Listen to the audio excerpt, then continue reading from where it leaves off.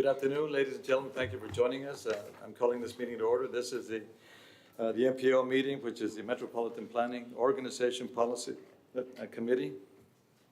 And today is July the 16th, 2018, and it's 1:35, more or less, p.m. We're here at 1110 Houston Street, City Council Chambers. And can I have roll call, please?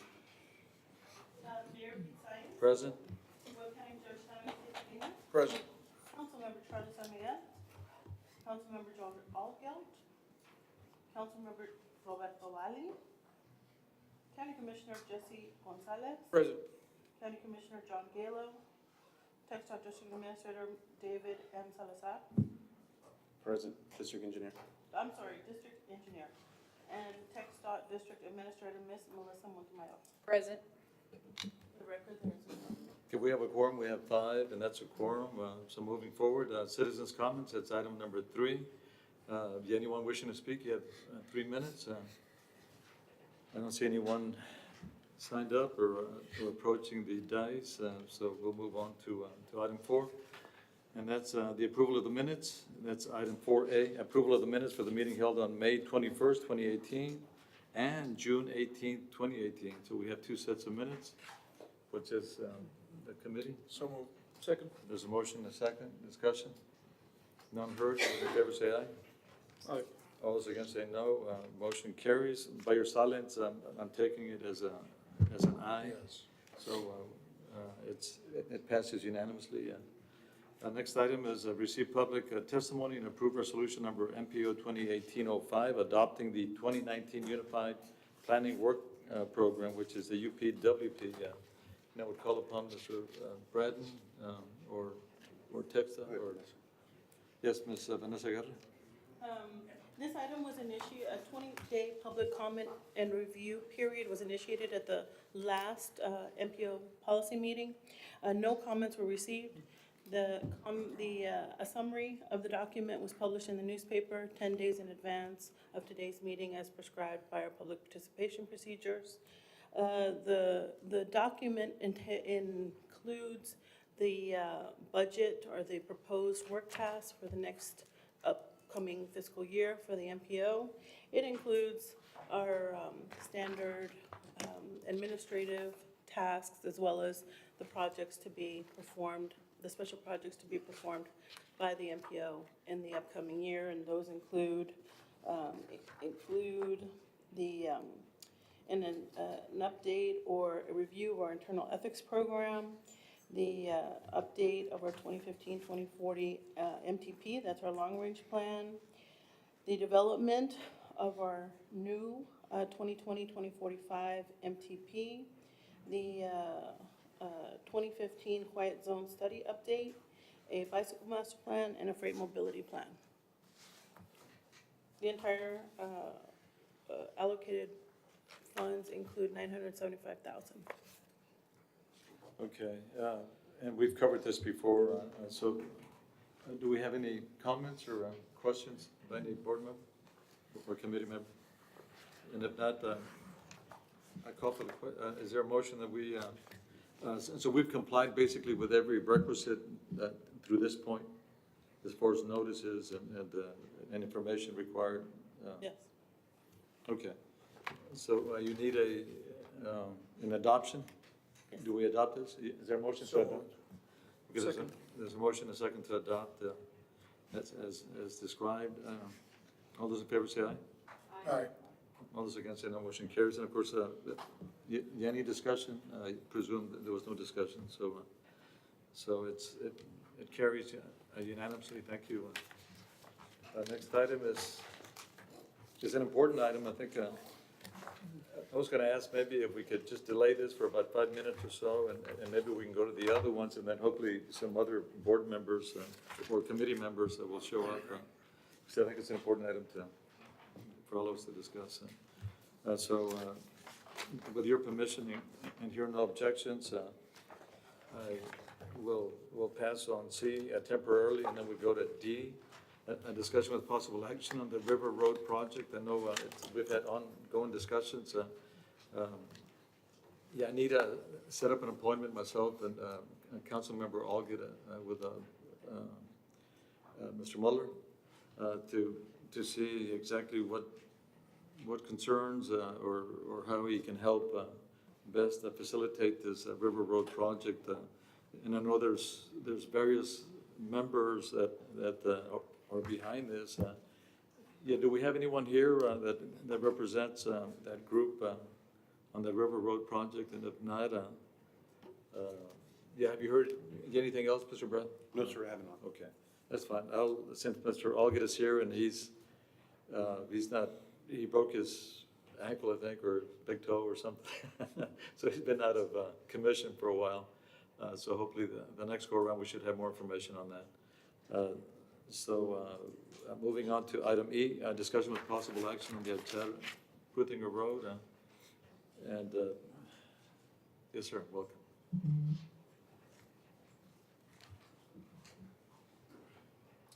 Good afternoon. My name is Guillermo Coya, and I'm with Webb County Engineering. I'm just going to provide a brief update of the project as far as the Ruthinger portion is concerned. Okay, could you repeat your name? I think I missed it. Guillermo Coya. Cuellar? Yes, sir. Okay, Guillermo Cuellar. Yes, sir, thank you. Just to let everyone know that the contract has been revised as by TxDOT's input. We've sent it back to them on Friday with the corrections. And once they give us feedback, we'll finalize everything and get ready for signatures. So that's where we're at with that. Okay, and that's, and I would call upon the TxDOT representatives and principals, basically the district engineer to confirm that. That's correct.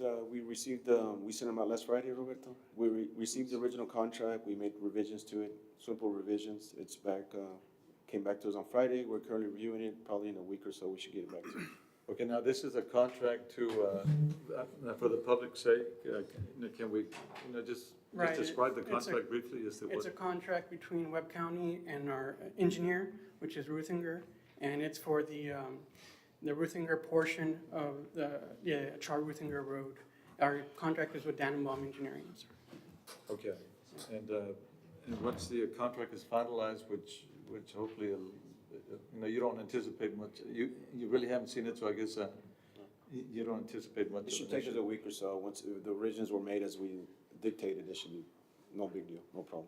Okay, and once it's approved, hopefully within a week or so, then the contractor's at liberty to proceed? Correct. That's correct. And we need the federal letter of authority to be able to also to proceed. So, we will request federal, once this is all finalized, we ensure that it's corrected, we request federal letter of authority. Okay, is that gonna hold us up? No, the sir, contract? no, it's a very quick, actually request, but it is an approval that we need because of the federal funds that are involved. And we go through our division in Austin to request a federal letter of authority, and it shouldn't take too long, and once we get that, then we'll move on to the next step. And then we're foreseeing, what now, a few months, when the contractor should do his work?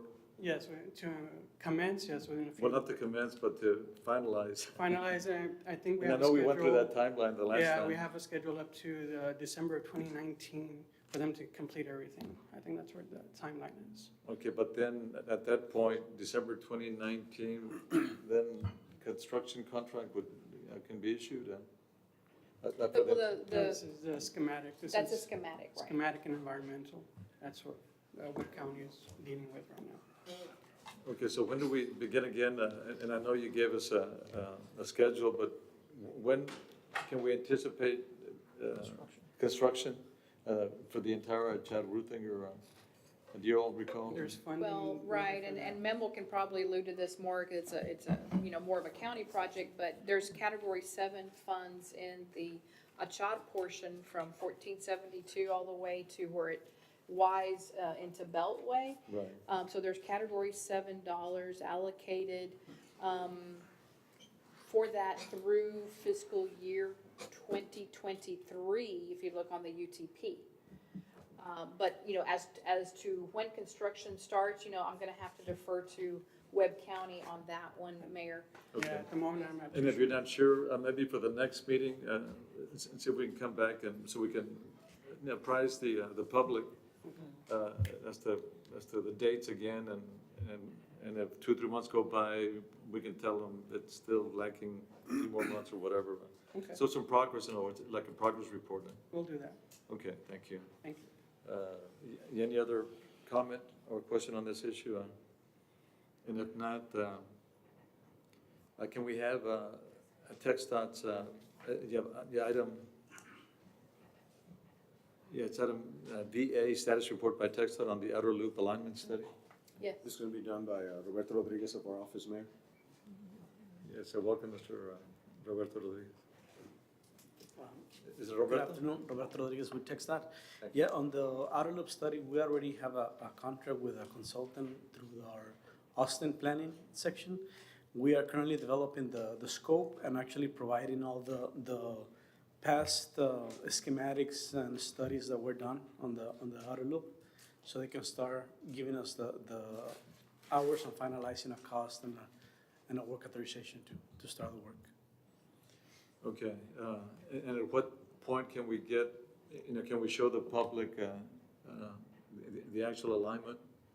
Well, that will take, well, I will calculate about 18 months at least for them to go back and revisit our alignments Okay. and make sure we're close, present some alternatives. Okay. And do we have any questions? So it's gonna take 18 months before the public can actually see See some alternatives, yeah. some, yeah, okay. Yeah. We'll start with feasibility study Mhm. first. And we know we have an alignment that we previously worked on. We have two, I think, but both aligned, both coincided the same. Right, we tweaked Same the coordinate. alignment, we remember we did the quantum alignment with that company from Australia, and we came up with basically an alignment that geometrically made sense. So now we have to go in and reaffirm that the alignment still works. And that'll be part of the feasibility study. And once the feasibility study is complete, then we can proceed with the schematic, preparation of the schematic, and of course, the environmental studies as well. And those three very important steps is what this consultant that Roberto is speaking of will start working on actually now. Okay. And do we have any other questions or comments? If not, thank you, Mr. Rodriguez. And moving on. Status report by city engineering on the Calton grade separation project. Yeah, welcome, sir. It's amazing how fast we can go with that, Councilmember Olga. No. Good afternoon. Yes, My sir. name is Gabriel Martinez with the City Engineering Department, and I'm providing an update on the report we submitted back in June 13th on the project. Right-of-way acquisitions are complete. The design is complete from our consultant, Arcadis. Those have been submitted to the Union Pacific Railroad, and those are being reviewed as of a communication I received from Mr. Brandon Casper in Spring, Texas with UP. They are still reviewing those designs as of June, and they're estimating, well, they said a few weeks, a couple of weeks.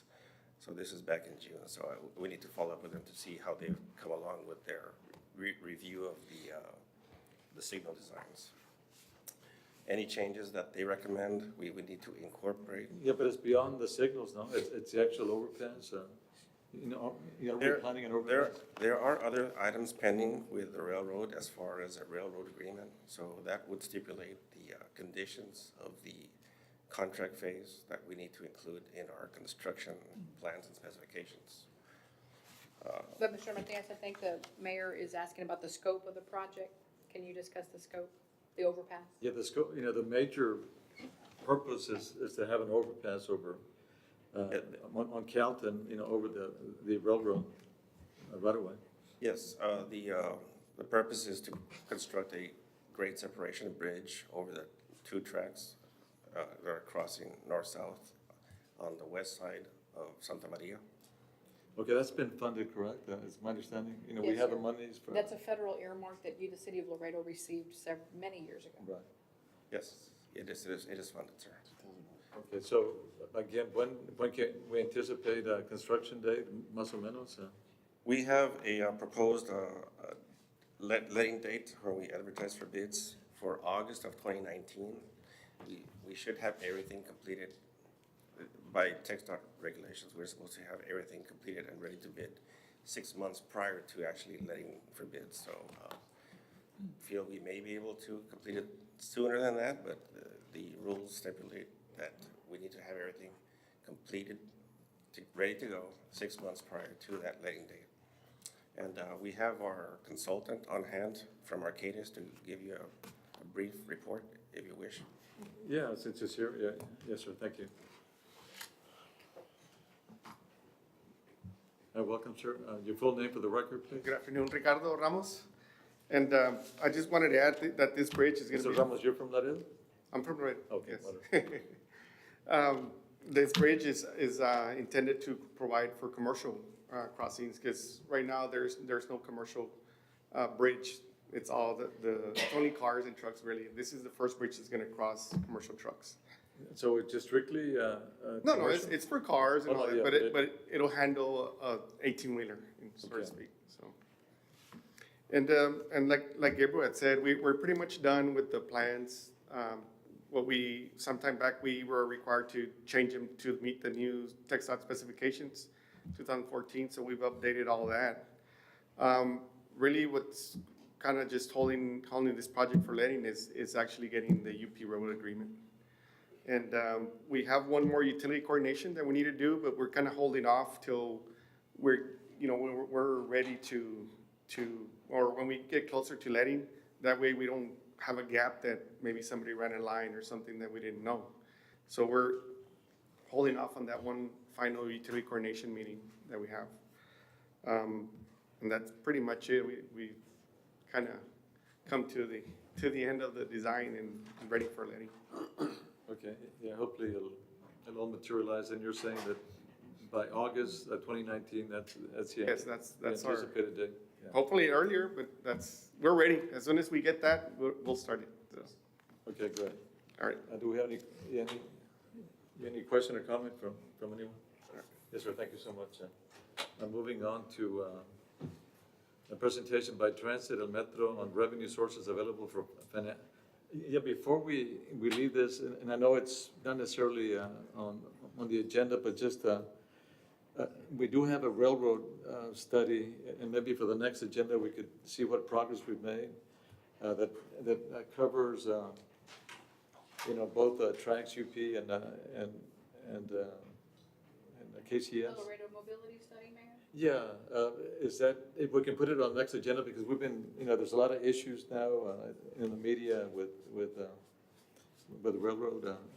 And if you need more time, let us know, but I think it'd be healthy to see what. We can see if we can get the consultant that worked on that study. Okay, because it's been a few months since we've heard. Right, Yeah. if not, we can probably get somebody from our rail division Okay, to give a presentation. yeah, give us a status report or a progress report on that. Yes, sir. Thank you. Going on to, a presentation by Transit and Metro on revenue sources available for financing currently unfunded transit needs, especially buses. Hi. You're welcome, ma'am. Good afternoon, Claudia San Miguel with el Metro. Let me get welcome. So I'll probably go with the short version or the long version No, of the presentation. what do you need? How can we help? We okay. get to that simplified version. I have a full presentation that I can turn in to Vanessa. Maybe she can distribute it to you all. But basically, the transit system, as far as it stands right now, we are a self-sufficient entity. Our challenge, just like most transit agencies across the state, is the capital needs. And that's basically the reason for this item, replacing our fleet. That's the main challenge. This past week, I had the opportunity to attend to the transit semi-annual TxDOT transit operators meeting.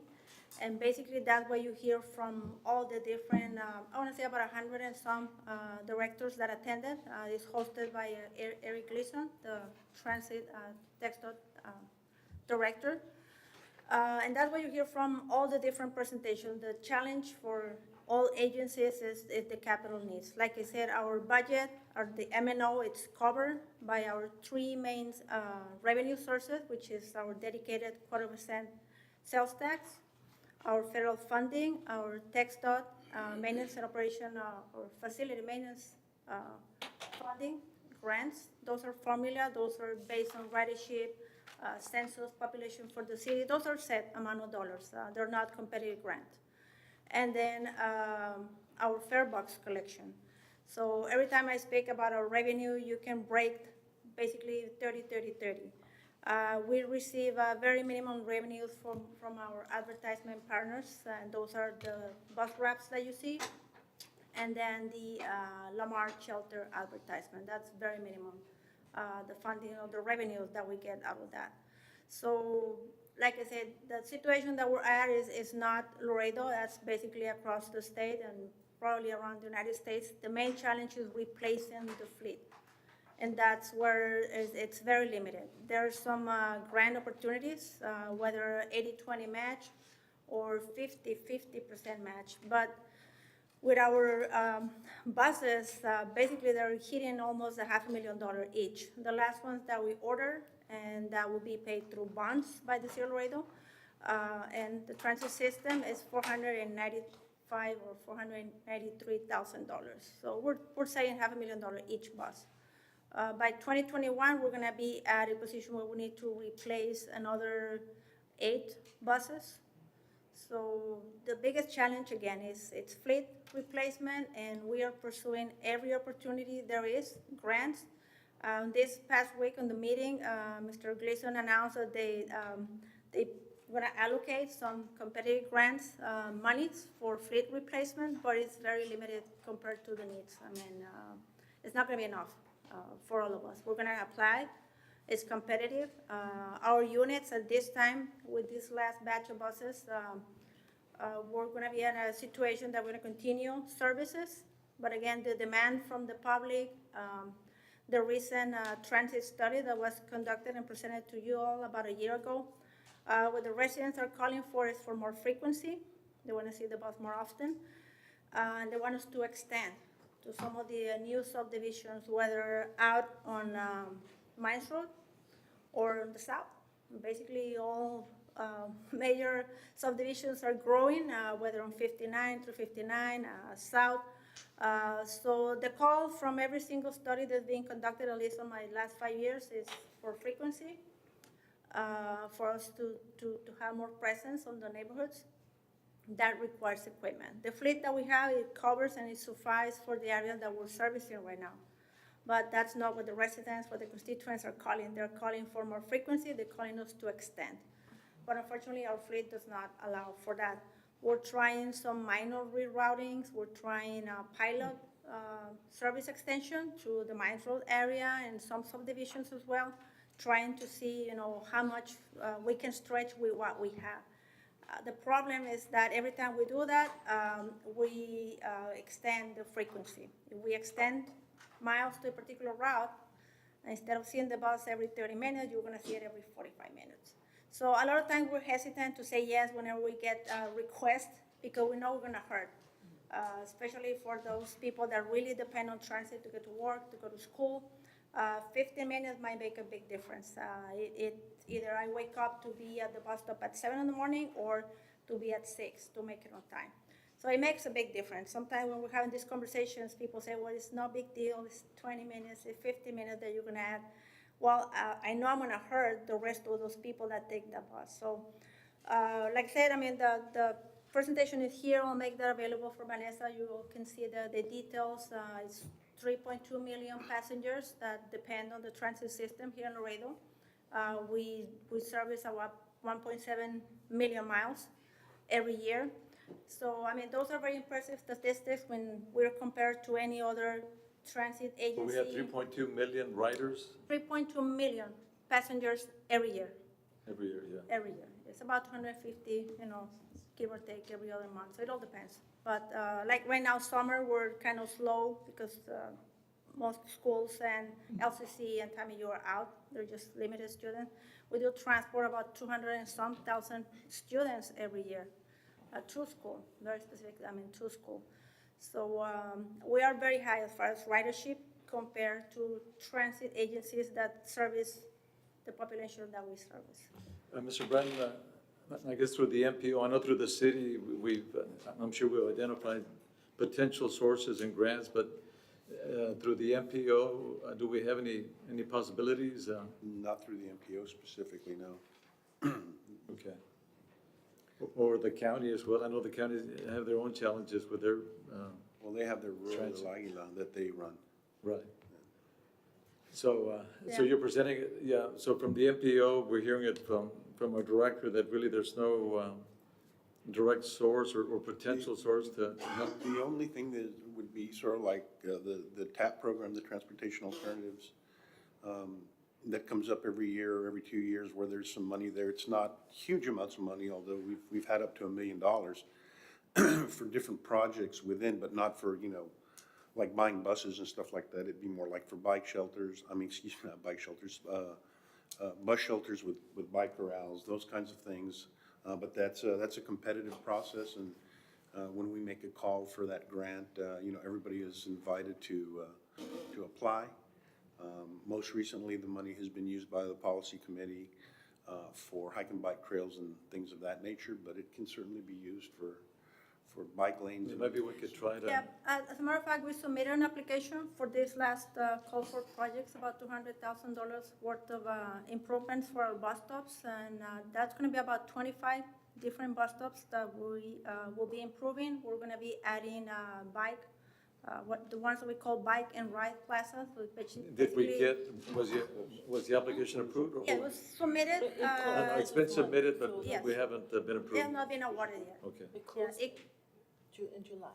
So it'll be And on so the that next meeting. process is closing this month, and so next month you'll be seeing who the applicants were, and Okay. they'll be ranked by, I guess, the technical committee ranks them. There was only one application. There was only one application, which one was it? Harrison. Okay, so the only ones that applied, so if you all decide to accept that application, or if you reject it and want to go out for bids again or something. Yeah, so but those it's funds all are very there. limited. I mean, we can't apply them elsewhere. It's just either. That, from there, yeah, that's Yeah, what Okay. comes into. So maybe we can start with 200,000. I'd We'll like be to. fortunate. Yeah, Oh, wow. yeah, but I just would ask, and of course you know this, if there's anything that should open up through the MPO that could be of some help to the Laredo Transit, please keep us informed. Yes, sir. Yeah, thank you so much. Thank you. Ms. Enriquez. Moving on to status report on the RMA, the Original Mobility Authority. 344,000. We only wanted to do one. Good afternoon. Good afternoon. Antonio Rodriguez, HDB Corporation, General Generic Consultant. Yeah, you're probably shocked that we got you before a little after 2 o'clock. Yes, sir. My head's kind of spinning a little bit, actually. For y'all's indulgence, last MPO meeting, I was going to make a presentation on our Transportation Reinvestment Zone study in Loop 20 South. I'd like to do that today, and I'll try to be as expedient as possible because I know time is Okay. always of the essence. I did pass out hard copies of that presentation last month, so I apologize I didn't bring any extra copies today. But I will provide some future ones. That's fine. Thank you, Mr. Tony Rodriguez, yeah.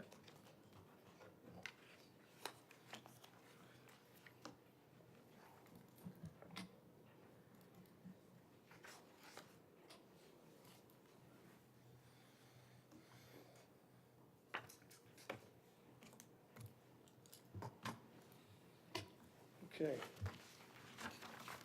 So, back in September 18th of last year, the city of Laredo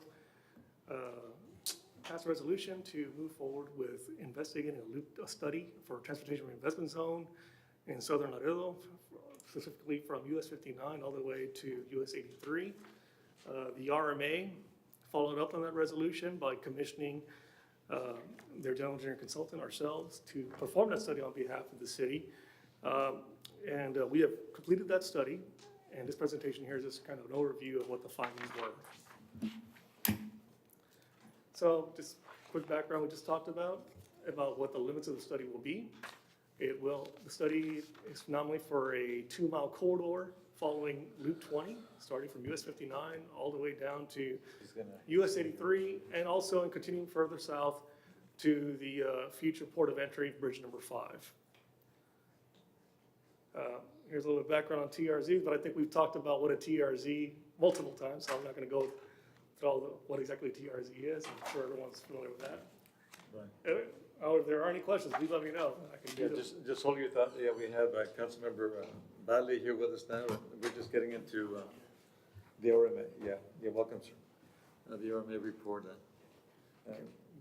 So- Yeah, do you mind just kind of backing up? You just started, but just tiny bit, yeah. Yes, sir. So we're just going to go over the findings of the Transportation and Investment Zone study that was performed by the RMA on behalf of the city of Laredo for Loop 20 from US 59 all the way down to US 83 and all the way actually up to the proposed location for bridge number 5. Not only a 2-mile corridor with Loop 20 as a main center line, i.e. 1 mile east, 1 mile west. So I'm not going to talk about what a TRZ is. Like I said, I think we've talked about that many times. Let me just jump right into what the study focused on. The study focused on the following. Number one, economic real estate assessment of the local of Loop 20 area for that corridor. Towards that end, we did collect and analyze Webb County data, appraisal district data from as recent as 2017.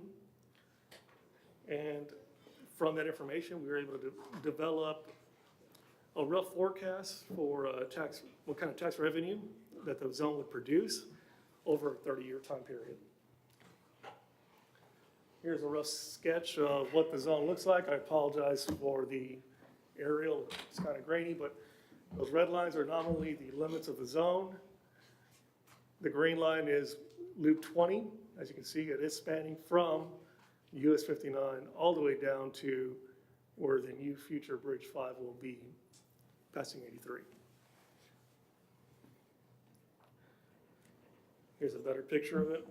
Now, in this sketch here, what you're seeing are the limits of the city of Laredo city limits. The pink area is roughly the zone. The green line is Loop 20 itself. At the bottom, past US 83, which you see in a light green, it would be the continuation of the zone all the way to roughly where the future bridge would be located at. Here's some physical constraints to what would be impacting the zone, with floodplain. In addition to, of course, being with the city limits. And just as a refresher, everyone, right now, I mean, with regards to this kind of transportation investment zone, the city of Laredo would be doing it, not necessarily Webb County. The county, any kind of county TRZs that exist in the state of Texas are specifically county-wide zones. That was a follow-up from an opinion from the state attorney general. Just since you mentioned that, I know the city limits or inside this swath, this corridor. That's correct, and that's what the So how do we treat that from the standpoint of city? If the city should adopt that TRZ? Ultimately, that's what would happen. So what this is going to tell you guys from a rough, high-level perspective, making some assumptions, what the forecast would yield. But in order for it to ultimately get implemented, you're right, Mayor, we would have to actually increase our city limits further to the east to make it work. So here's some existing land parcels within the zone. For me, just from a historical perspective, this is very interesting because I believe these tracts of lands were originally when these were part of the Spanish colony. So it's really interesting how they're very rectangular going from east to west or west to east. In green, what you're seeing here are the undeveloped lands along the zone, along the area study. What you see here in kind of red, dark red, are all the documented master plans and future development within the study area. So you can see there's definite potential for development that's already in the works from a master plan perspective. What this picture tells you in yellow, these are building permits that have been enacted over the last 4 years, 2013 to 2017. So recent construction. And this picture is actually kind of hard to follow, but basically what it's trying to tell you is, what's the overall traffic in the area based on development in the area.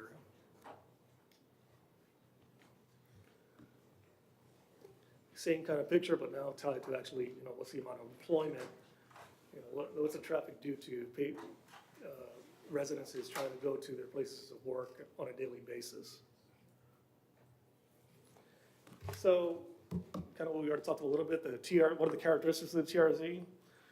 That from the zone, the following ones were taken into account. Number one, the portion of the TRZ east of Loop 20 right-of-way corridor is outside the city limits. That's something that we do need to be cognizant of. That's number one. Number two, along this entire area, going from US 59, and actually more specifically from 359 for the south, all the way down to the future port of entry, it's generally residential development, and a lot of vacant, long, triangular tracts. But some of these forecasts we're going to show are, we accounted for discussions that we had with local landowners and possible developers for what their plans are for their property.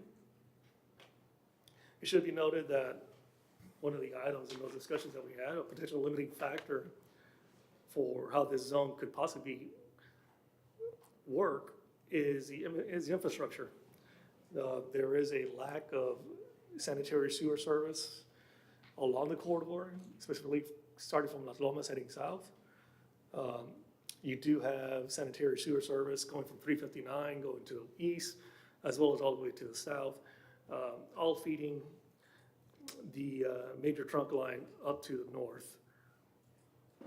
However, there is, my understanding, after talking to the city Laredo utility director, there is a wastewater treatment plant further to the south of on Masterson Drive, I believe, closer to US 83.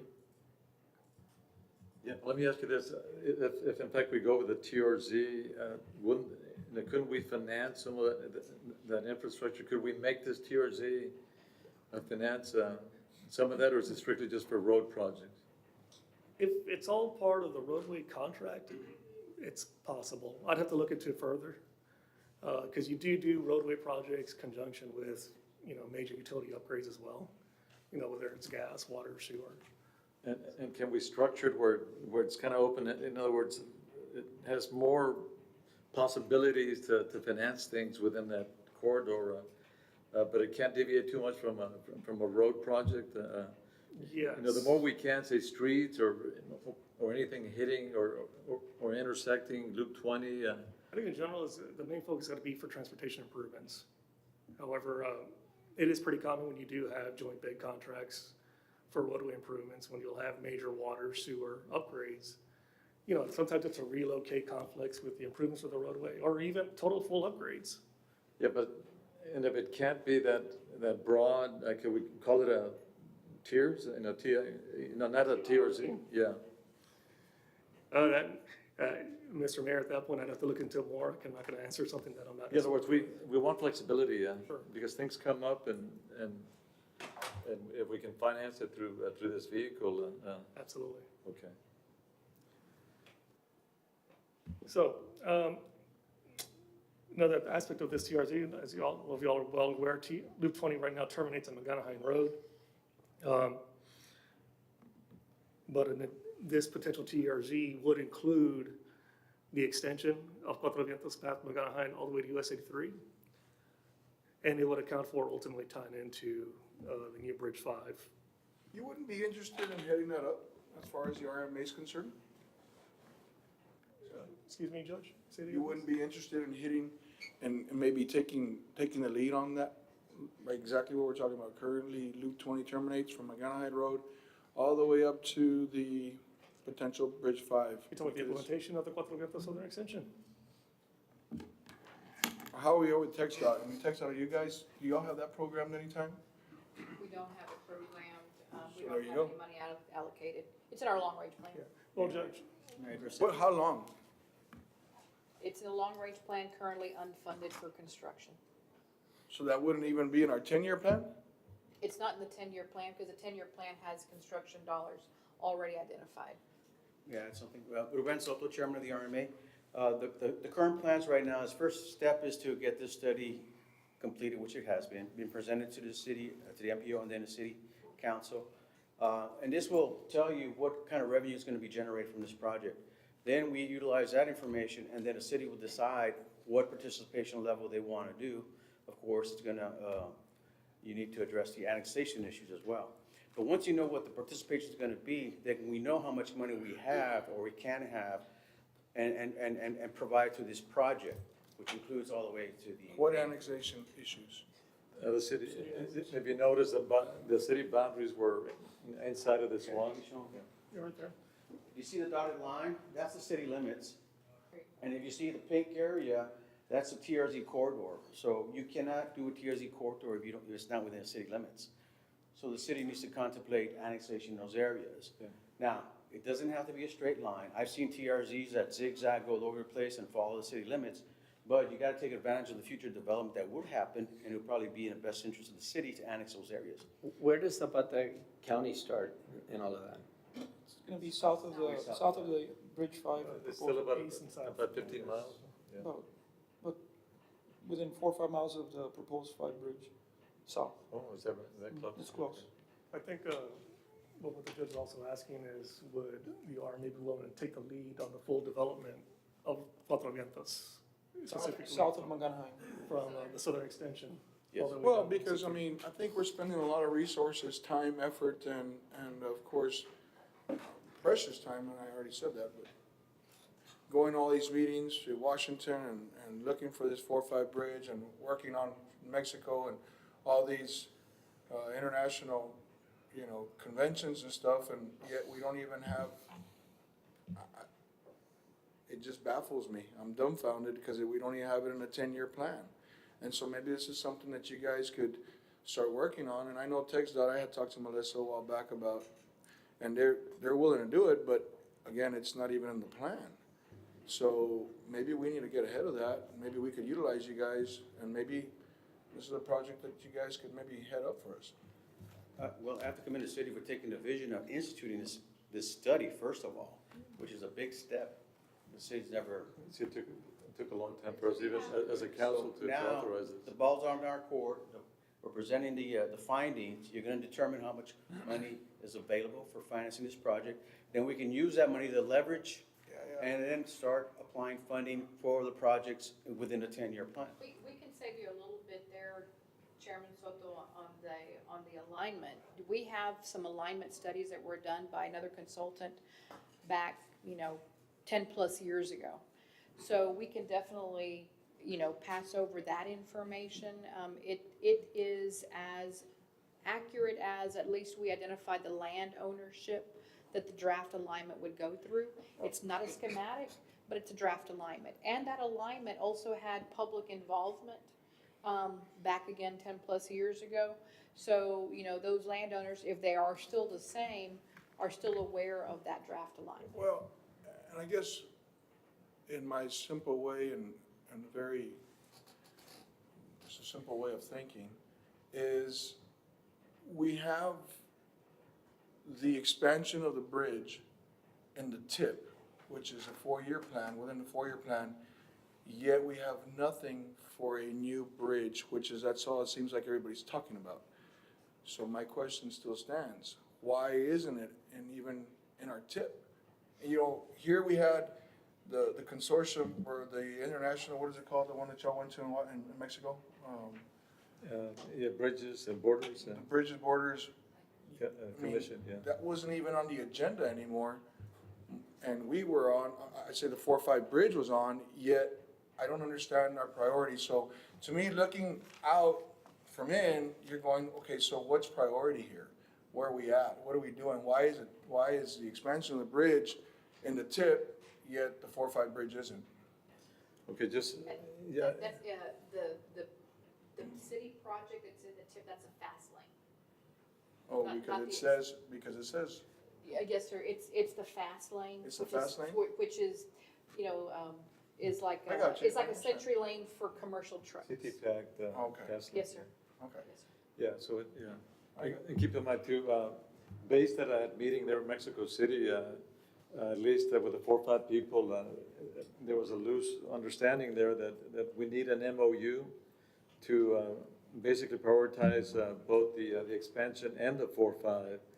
So, we can get away from this competition, We were never competing. But, yeah, so we want an MOU basically signed by the governor of Tamaulipas, and if we can, Governor Abbott, but more so Tamaulipas because they're the ones that kind of dictate on the Mexican side, to say both are essential, both are needed, and we'll seek resources as they come available for both projects. Well, and I agree with you, Mayor, and I think, I was at that meeting when we had it, there at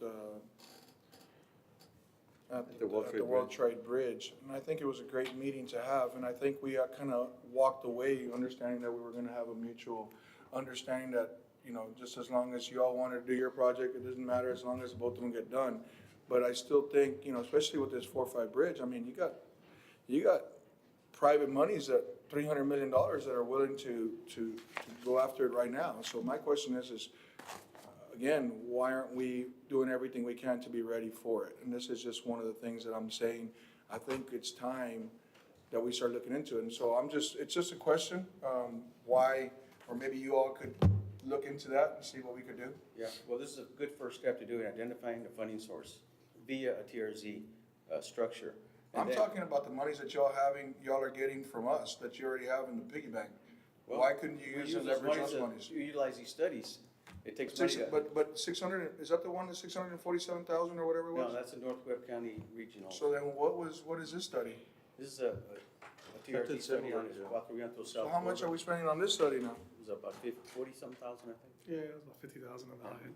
Huh? See, but the city is paying for this. No, we're paying for it. Oh, no, you all, okay. We're paying for it. Oh, So we are great. utilizing our resources to advance these projects, and like I said, this is the first step. And the reason why the 4-5 bridge and that isn't in a 4-year discussion is because you have to have funding available for these projects to get into that 4-year plan. Now. Well, that's what I'm we're trying to working- get you I'm trying to get you to use that funding to see if you can. Well, we're gonna get not even a couple of million a year, so but we're using that to get our foot in the door. Yeah, keep in mind, the big monies have been committed, Judge, to other projects that we have, and we have a long list of projects that need attention, and this being one of them. But that's not to say that as things, unfold, as they're unfolding now through this study, that, we can, think otherwise. Yeah, you're gonna see right now what kind of revenue this generates, and so if the city decides to go whatever percentage they decide to go with, and it's gonna tell you how much more or less the revenue that's gonna be generated that you can leverage, with hopefully future TechStop money, future prop money, whatever money comes our way. But it's a good start, because before we had nothing. Do you have the levels of potential I'll let them participation? continue with and if there's any other Do questions, you have I'll be any right. questions? And Judge, just or also anyone one thing, Judge, as well, TechStop actually has developed, it's not an approved schematic, but they do have a schematic for the southern section of Cuatro Vientos. We do have a copy of that, and I think it would just probably take a little bit more additional effort to finally get it a full approved schematic. So the first steps have already been taken, at least definitely by TechStop, to get that southern section done from Mangana High all the way to 83.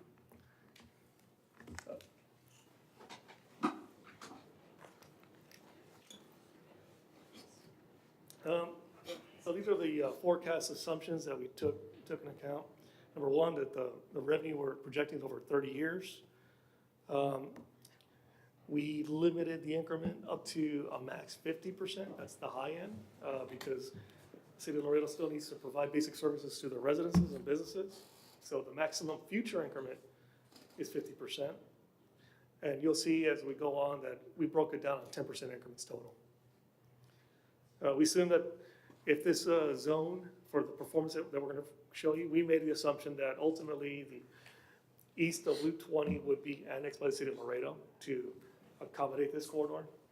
And we also assumed that the limited current existing utilities would be resolved prior to the installation of the zone as well. So therefore, a new sanitary sewer trunk line and water services heading south as well.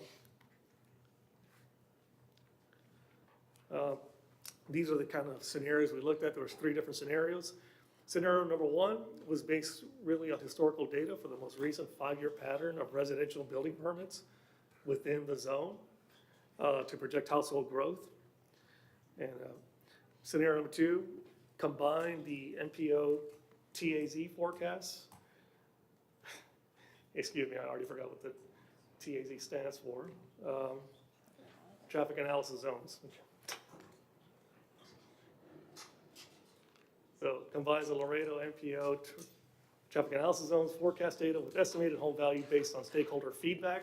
So in addition to the historical data, in discussions with the actual landowners, the major landowners along the corridor, consensus was South Laredo would begin attracting a more expensive housing product than in the past. This is specifically for scenario 2.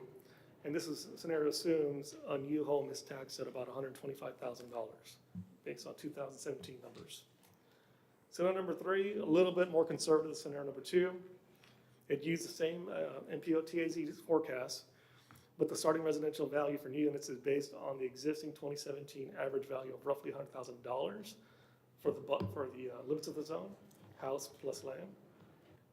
And this also reflects uncertainty in how many mobile home units will be attracted to this area and the tax law about whether or not the mobile home is treated as real or personal property.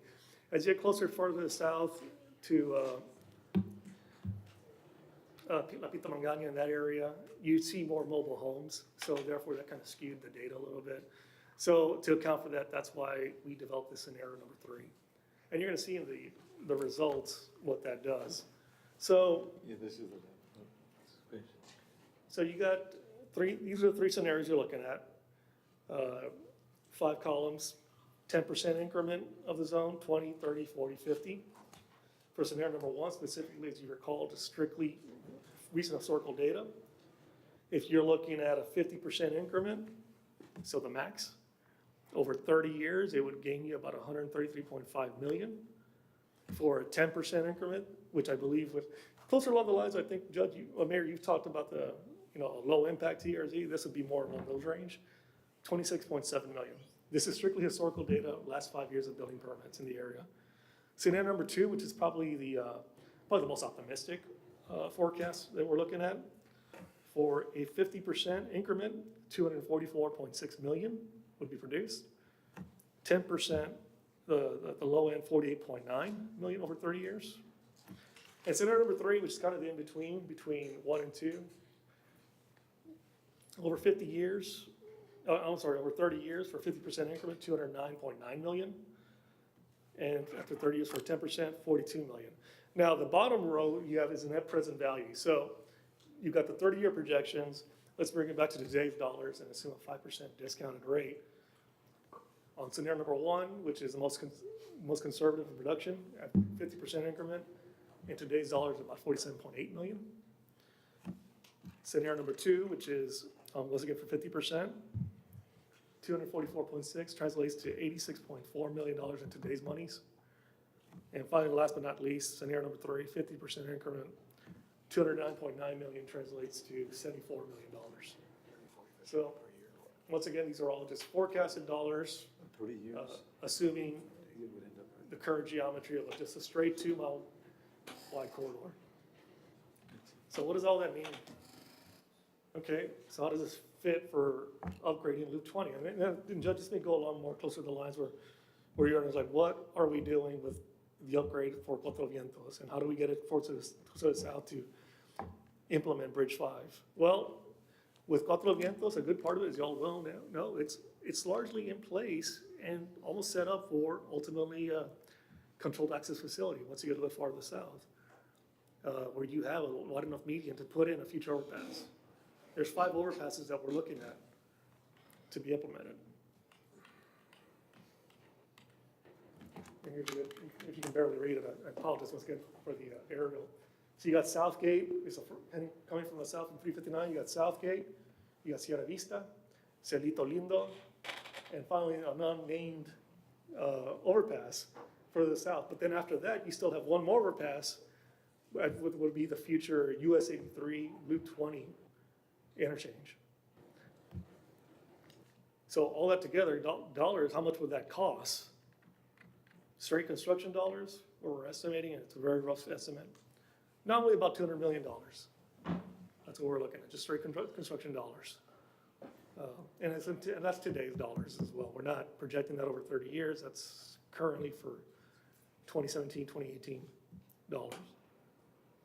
So over the next 30 years, a Loop 20 South TRZ could generate assume a 50% increment between 133.5 million to 244.6 million.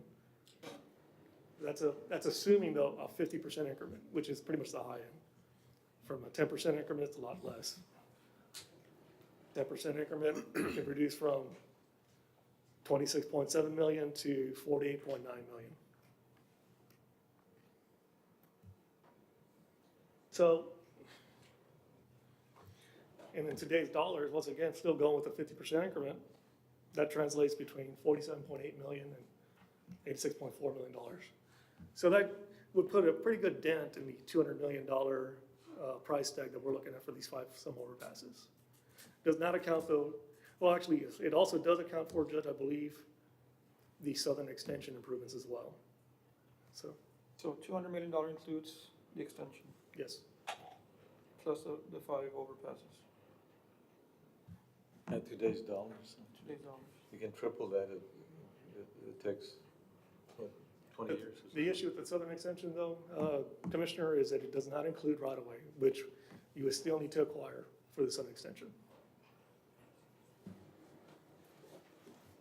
So conclusions, next steps. Loop 20 improvement projects, well, they are a critical component for the overall transportation system. The project would provide access to thousands of acres of undeveloped land between US 59 and US 83. With Bridge 5, that'd be a catalytic improvement for the entire area, specifically for economic development. If the city of Laredo decides to move forward with TRZ, the following are the next steps. Refine the TRZ boundary to exclude existing developed properties to the north and northwestern portion of the study area. So, like I said, this first study was just a straight swath, 2 mile wide. If we're gonna, the next step would be to refine the study even further, to start taking out what's already under development already, to really try to maximize the undeveloped and hopefully future development dollars. We could also consider extending the TRZ zone to the east from Cuatro Vientos along 359, because there is quite a bit of development and potential development along that corridor because of existing infrastructure. And the TRZ would extend all the way to Rio Bravo and Cenizo? The And if zone so, that the we're city showing right would have now to would be, annex part of that? yes, sir, right now the zone we are showing would go all the way to Bridge 5. So between, But Bridge 5 is all the Achar and all that. you're talking about the There's a property of a charter trust? There's a chart in the south. Yes, that's the property between Rio Bravo and, yes, and Cenizo. Yeah, That's- because if the city, would encompass this, obviously we need area, we need development, to use those funds toward financing some of these. Yes, sir. Once again, it's all contingent on annexation policies by the city of Laredo to go that route. But what we're also saying is that one thing we could also do, as you can see to the east, the way the city limits extend and existing infrastructure already in place, there's a lot of potential development along that area as well, along 359. And we could extend that zone further to the east as well. This is for a TRZ study, correct? Yes, sir. Or Transportation Reinvestment Zone study, yes. And this goes along, just making sure, I just want to get my bases covered. This is going alongside the loop, the loop that's current loop, correct? Yes, it's Loop 20, yes. So would the MPO be taking a stance on that or vote on that, or would the city of Laredo be doing it? The city, because we're primarily responsible for that TRZ unless, and obviously I think the MPO would have to bless it some way, yeah. But I think the city is the primary sponsor of this, since we're putting the money, if it came to that. Yes, it would be an action by city council to ultimately take the next steps for implementation of the zone. Keep in mind too that there's, we have these annual mobility funds that come through TxDOT. They're almost not guaranteed, but, they kind of flow 7-8 million per year or so. Is that my understanding? But about 6.5 a year of the CAT 7. Right. But then other mobility funds come to us that are, for mobility in urban areas and mobility in rural areas for the 8-county Laredo TxDOT district. Okay, but some of those that come to Webb County per se. The MPO. Yeah, they've been committed, some of the Achan and some of this, so, we don't have any additional monies until sometime, is it 23 or beyond? 2023 and a little bit of 24, based on the estimate you have right now for a CHOD, for that segment that goes to Beltway. Okay, but then again, we have this Loop 20 situation that we haven't finished yet, and that's coming in the next agenda item.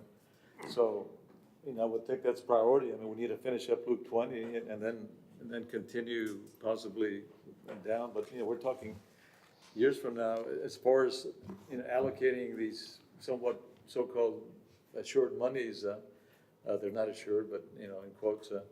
But the point I'm trying to make too is this infra grant that we failed to get, the average local participation, of the ones that got the grant was 60 to 63%, I think. So locals were putting in 63%, so to speak, as their contribution to these projects. So the federal government was just filling in that gap of, say 30, whatever, 37%. So, for us to compete, we've got to truly get aggressive for these additional funds, these grants. And just a reminder with regards to the zone, if ultimately it gets implemented, any monies are produced, this is specifically, transportation has to be within the limits of the zone. It can't go, these monies couldn't go to, Mines Road or. No, these are targeted to this area. But that's a perfect, that was my next question. You're stopping here at Saunders, it seems like in your map. Yes. Is there an opportunity to tax all of the loop? I mean, to do a TRZ for all the loop? And the reason why I'm saying this, and I know we need money in order for us to move. But I guess where I'm having a little bit of hard time swallowing this and having a little bit of heartburn is that here we have the South,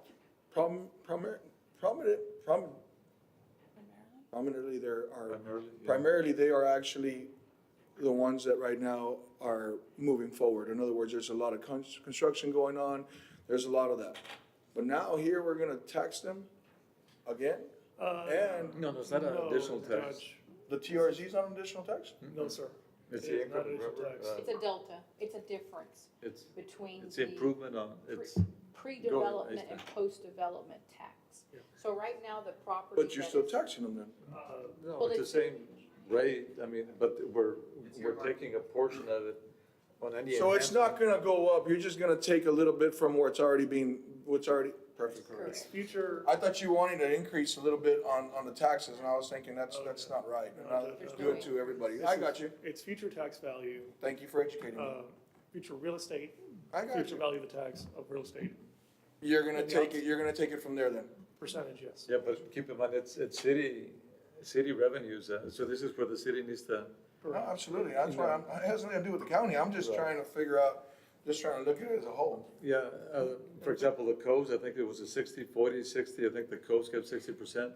But out of that 60%, and I think there's misinformation out there, the city is, from the very top, takes police and fire and street maintenance. So we're sure that when the coast is established or as it progresses, the city gets paid first. And then, and in addition to that, we get the 40%. The city gets the 40% plus whatever, we get paid for whatever services the city provides within that area. So this 50-50 may have some logic here, but then again, it remains to be seen, yeah. And with regards to your first question, Judge, is can you extend the TRZ zone to the north? Well, Yes. there's no reason, the reason why I was asking about the extension was just to make the taxation fair to everybody, Oh, I understand. from the north side to the south side, that's where I was going with that part. Okay. You've already cleared it up, and I appreciate it. No problem. But the answer was, yes, you can if you want. You can do that if you want. Let's see. Other items for next set, continue to collaborate with landowners on annexation within the study area. So as to capture the increment from the new development to prior to construction beginning for their projects. And with those next sets, recalculate TRZ increment value based on the above and move forward with implementation. Those are the next sets that we're recommending. And of course, ultimately, if it moves forward, that'll be depending on the city council action by the city of Laredo, if they so decide. When were you thinking of presenting this to city council? Oh, actually, Mr. Soto? 30-40%. No, yeah, when, the presentation, it's not on the agenda this, tonight, so Oh, no, it'll we be, wanted to present to the MPO first, because we didn't know we were gonna have time to do it at this meeting. So now that we present it, then we can make plans to, Hopefully next month. present to the city council. Warming up for it. And in between then, before that, hopefully we can meet city, county, us, and probably refine this a little bit more and talk about future plans about the corridor toward Bridge 445 and other topics. okay, so this is the south portion, more or less, and you're still working on the northwest? You're talking about the North Transportation Study? Yeah. At the moment, we are awaiting the advanced funding agreement execution, and I believe that is well in process at the moment, before the next steps are taken by the RMA Okay. to. Well, give that's us fine, some- just, okay. Any other items you want to talk about? We're in the works of, we're planning stages of other projects that we brought before you, and I think we just need to meet again and discuss the options, the funding options that we discussed, and then solidify that, and then we can move forward with some other projects as well. Okay, I know there's an opportunity on this build grant. Now, since we didn't get the INFRA grant, then this build, which is the successor of Tiger, it used to be called Tiger, now it's called Build, B-U-I-L-D, I think. Yeah. Tony will address that grant application. Yeah, see, so the bill grant, the RMA did begin preliminary investigations to do a bill grant application, specifically on FM 3338, Las Tiendas in the north. Prior to selecting that project as a candidate, we had met individually with yourself, Mr. Mayor, and I think I did mention to you, Judge, as well as working with TechSouth. What kind of good project is out there that we think would perform really well? Now, the way the bill grant came out as the new renamed Tiger, and the president himself had mentioned this multiple times, is he wanted to focus more on rural projects. He felt to make them more competitive, in addition to it being a more rural project, be more favored, it still had to comply with the benefit cost ratio. So what is that? Well, once again, your investment for your improvements to your project compared to the actual benefits, the movement of traffic, is greater than 1. So when we looked at these projects, and we looked at FM 3338, while it's a rural project, so we definitely have some competitiveness, and we understood that it had traffic with 18-wheeler traffic in the area, we figured, okay, well, with the maintenance, the historical maintenance costs, compared to the improvements that would be needed for it, we could probably get that BC ratio above 1. Once we started moving forward with it and we saw the information, we realized, no, that the investment was a lot higher than historical data. So we decided at that point, well, this project is not going to get above a 1.0 BC. Then recently, because of that, because there's actual effort and there's money expended to do an application, the RMA decided we'll keep our powder dry for this round. And then recently, of course, we did hear interest in moving forward with I-69 West widening from World Trade to. And that stemmed from a conversation or a meeting that Henry Cuellar, our congressman, had with U.S. Department of Transportation people, the infra people that are within that department. And when we asked a question about this bill, what possibilities, and we briefly told them that the I-69, we'd been turned down on this infra deal. They said that because we did, also remind them that we thought it was more rural versus more urban. And they said, no, not necessarily. So they encouraged us to apply and then go ahead. And I think that's where you can pick up. Yeah, well, with regards to the I-69 widening, Mr. Bratton helped us out a lot. That's that third lane, two third lanes. An additional third lane on the main lanes from World Trade to Milo Interchange, or 35. The thought was like, well, we can look at what was submitted last December for the infra grant, because that project was included as part of the overall improvements of Milo, adding an additional 5 direct connectors. We did look at the application that was developed and had a lot of good data with regards to traffic. what we concluded was all the traffic was specifically focused on the direct connectors. There was no real traffic data that we could parse out specifically for the widening of the main lanes from World Trade to I-35 that we could utilize as a basis Okay. for benefit cost And there's a analysis. deadline coming up pretty quick, I think, right? It's this Wednesday. This Monday? Yeah, Next this Monday? This week, this Wednesday. Oh, this Wednesday, yeah. And in order for the RMA to move forward to that, we would have had to done a standalone traffic study to determine what those benefits are. Okay. Okay, then, anything else on the RMA? Yeah. You want to add anything else? Not at this point. Okay. We appreciate your. Thank you. Thank you. Do we have any questions for Jim? Yeah, thank you. Yeah, let's go back to the, probably the most important item, and since Councilmember Valley is here as well. Yeah, we're going back to item B? No, C, I'm sorry. I think, I said 4C, yeah, 4C. Yeah, discussion with possible action on the transfer of $96.93 million from the construction of US 59 interchanges at Del Mar, Shiloh, International, Jacaman, and University Boulevard to the construction of US 59 frontage roads between US 59 and International. This change will allow better access to business and residents located along the US 59 corridor. In addition, it will allow for easier future construction of the interchange by avoiding duplicated traffic closures and detours. Mr. Rodriguez, go ahead, please. Yes, Captain Roberto Rodriguez, and with Texas, this what we're proposing is, right now, we have funded those 5 overpasses on Loop 20, totaling 96.93. So what we're trying to do is move that funding from the actual interchanges, move it into the frontage road. That means creating a 4-lane divided, leaving it prepared for the frontage roads, for the interchanges in the middle, from US 59 all the way to International. That way we can come back in the future and do the interchanges similar to what we had in International Boulevard a couple of years ago. We already had the roads on the side. Now we just come back and build the interchanges.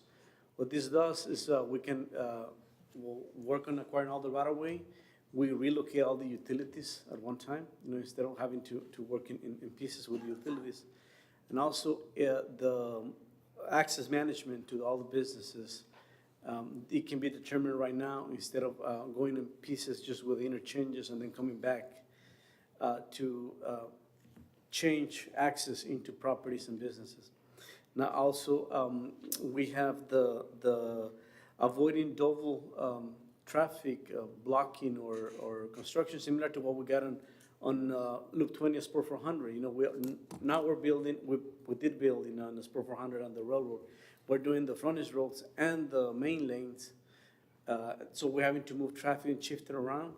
With this, we can do all just kind of do it once, do all the. It'll be less disruptive for the public. Correct, less disruption. We'll have the frontage roads, then in the future, when they'll be building the center, we will not have that traffic disruptions. It makes all the sense in the world of what you're saying. A couple of questions that I do have, if I may, Mayor. Yes, sir. A couple of questions that I do have is, if we're gonna go ahead and move all these monies, I like the idea of us, obviously, it's making sense that you have to have a way for the traffic to flow. What is the other alternative if it doesn't happen this way? Well, if we continue the where we have a plan right now, we will building overpasses, and you will go in little pieces. Let's say, for example, you got Loop 20 aligned right now this way, and then you have to build the overpasses on the side. So you're gonna be shifting all the traffic to one side just to cross that overpass, coming back again, and then you're gonna do that all these 5 intersections. Most of them the overpass will end up on the side. So we'll be constructing connecting roads. We'll be constructing ramps, in and out ramps. That will have to be demolished once we start construction on the front. So it's less costly this way? Yeah, we'll have less rework to do, once we do construction. But what assurances can we get that the overpasses, Well, no, the money's for the overpass. I mean, we have 96 million right now. My question is how are we going to, and I know you guys can't guarantee it, but how are we going to assure ourselves that the money that we have, we're not gonna lose or we're not gonna use, and then we're gonna be looking for monies. The other question that I have is on the 14 miles, right? Is that correct? That's what their right-of-way is?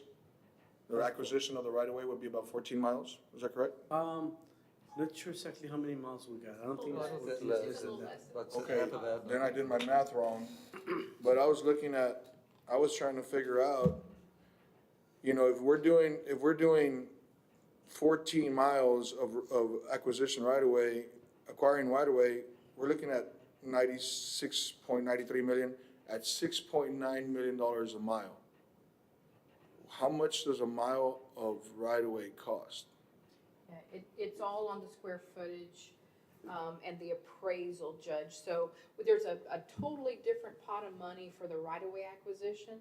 And those right-of-way estimates are based on independent fee appraisals. So we hire independent fee appraisers to come in and look at the amount of property that's needed. And on this project, I believe it's about 182 acres that we need on the entire, I-69 project. They come in and appraise each individual parcel. I can tell you from previous projects in that area that we have bought property based on the square foot and the appraisal based on the square foot. So right now we know we need about 182 acres, and currently, just today, we anticipate for just the right-of-way cost to be about $219 million. That's today.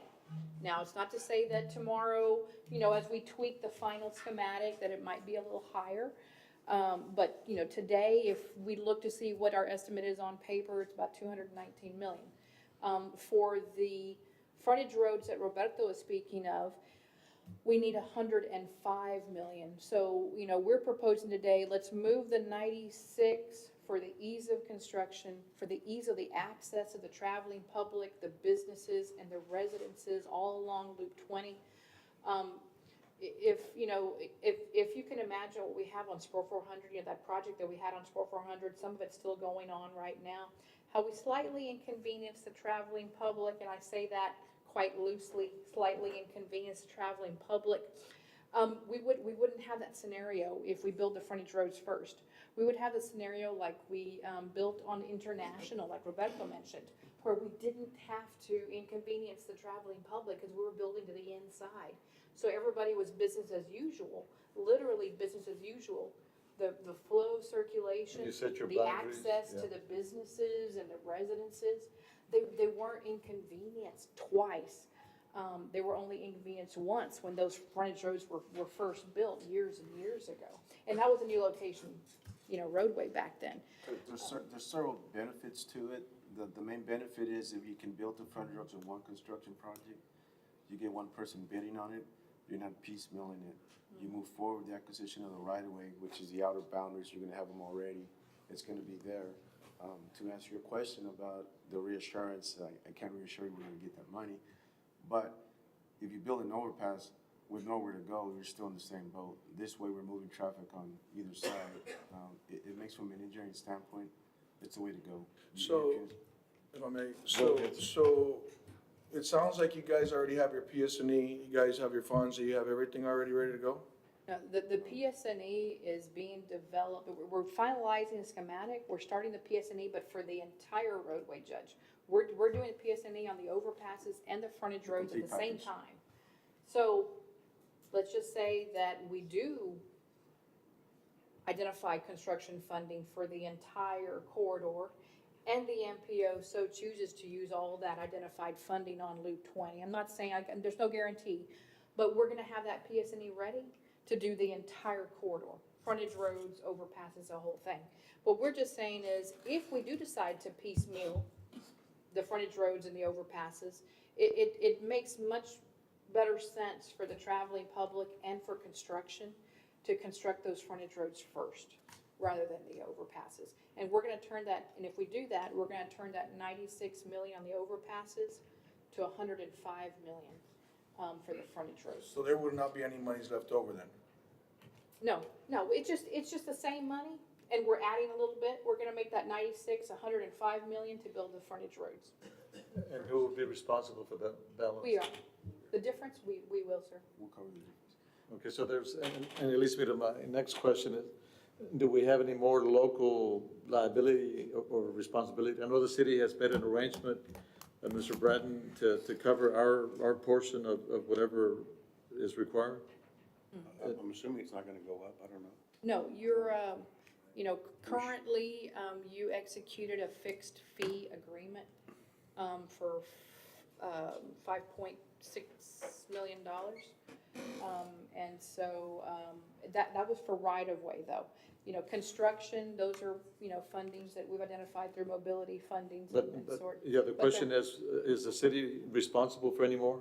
Not for construction, no, sir. No, for anything, in the future, You know, I Utility never want to say relocation. never, because I'm not a right-of-way, you know, we have different right-of-way staff, Mayor, and they work for division, they don't work for the district. I can tell you for construction, you know, unless we go into a public-private partnership, then construction would be on the department. For right-of-way, we have an agreement with you. If there were additional parcels that need to be acquired or additional property within existing parcels to be acquired, like I said, I'm not a right-of-way expert. I would need to consult with them to determine if there's, what's your you know, understanding, any Mr. other Bratton? commitment. The only other thing I don't know about is the right-of-way, the utility relocation. I know that sometimes that comes apart from the right-of-way. I've not seen that, so there is a potential, I would imagine, for us to have to But spend that's, additional money. that's for normal operation. utility I mean, it's, relocation. you know, we're expecting, or if it happens. We don't know what it is. I mean, we don't No, know but, yet. but it's part of the formula for us, in other words. I don't know if it's formal, it's part of our obligation, but Okay, at some well, just point, TxDOT will tell us, you gotta move all these lines, and then there you go. You're gonna spend however much to remove those Okay, but lines. it wouldn't be a surprise, in other words, Well, it's never a surprise that TxDOT comes back and tells us we need to give more money. okay. Mr. Chair, I just feel like this is a huge chunk of money that I think everybody should be here personally, and I'd like to get a little bit more educated, being that it just came up, and I still would like to talk to David and Melissa and everything else, even Mr. Bratton here, and maybe I just think that everybody needs to be a part of this, and I think we're lacking some people, and so I'm gonna go ahead and move the motion to table this item for today. I'd like to bring it back, because I think it'd be a good opportunity to do it. So, It's a motion and a second for next go, for the next meeting? yeah. Mayor, before we move on, Madam Chair. and just You got kind of discussion. alleviate this. There's really no discussion, Yeah, I got you. yeah. Yeah, since it's a motion at table, there's no room for discussion. So, and we have a second, all those in favor say aye. Aye. Aye. Motion, is it okay with you? That's perfect. Okay, yeah, it passes unanimously, thank you. That's, I hope we can bring it back next time. Yes, sir. Yeah, do we have any other business for this committee? And if not, is there a motion to adjourn? Motion adjourned. So there's a motion, a second discussion, none heard, all those in favor say aye. All those against say no, motion carries unanimously, thank you. Everybody's feedback.